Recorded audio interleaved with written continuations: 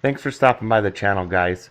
So over the past 2 weekends, I've been able to spend a fair amount of time out in the hobby room, and I started working on some of the final finished scenery in a couple of small spots on the layout, and I'd like to share that with you in this video. I also purchased a cabinet with a bunch of drawers off of Amazon that I'm using out in the train room, and I'd like to share that with you as well. But we'll get into that once this mixed freight finishes its run through the tunnel.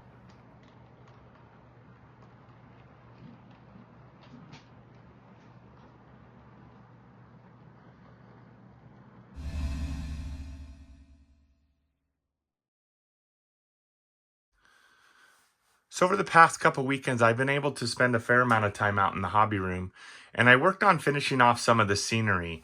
As you can see here, I finished this part here to the lift out back to the back side of this tunnel here. And what I did is I got all of the rock work painted up. I got the initial ground cover down. I added a few more rock molds before I went to town with ground cover.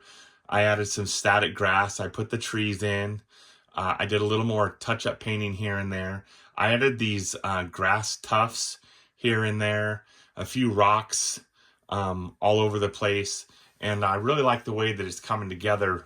The main ground cover has kind of browns and tans as far as the main colors here. I've got ballast ordered. It's going to be a light gray is what I ordered. I figured once I glued it down, it would be more of a medium gray. That should be a real stark contrast with the ground cover that I'm using, which will make the main line really pop and look like it's really well maintained.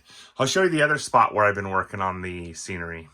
This is the lift out section. It's about 40 inches long. It's only about a foot wide at this end. At this end, it's about 1.5 feet wide. But you can see I got all the painting done. I used the same techniques as I used down here in this section of the layout. I did add some trees. Got my rock molds on here, ground cover, the grass tufts. Anyways, though, you did some dry brushing on some of the rock work. I think that turned out pretty good. I can't wait to get the ballast down because I think that gray color is really going to make the main line pop coming through here with the browns and tans of the scenery base. Okay, so the last thing I want to show you guys is this chest of drawers that I got. I got this off of Amazon. It's 34.5 inches tall by, I think it's 19 inches wide and 16 inches deep. There's 7 drawers. They're all identical size-wise. But I put some liner in here, like for a kitchen cabinet, and it gives it a little bit of grip. But I'm able to store all of my locomotives and rolling stock to where I don't have to worry about them sliding around and getting beat up and losing the little detail parts. So only problem is I already filled this one completely up. So I'm going to get another one. I have it ordered. But these are great because they're on wheels.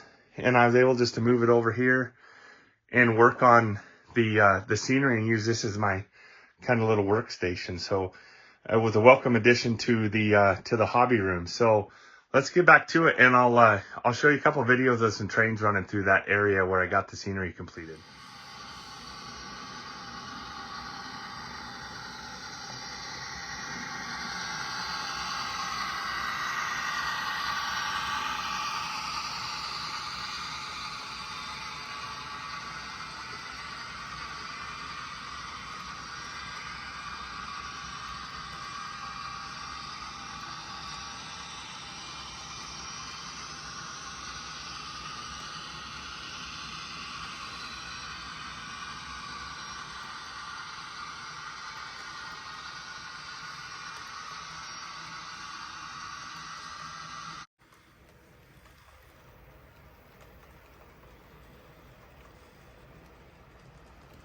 I appreciate everybody tuning into this video. If you like it, smash that like button.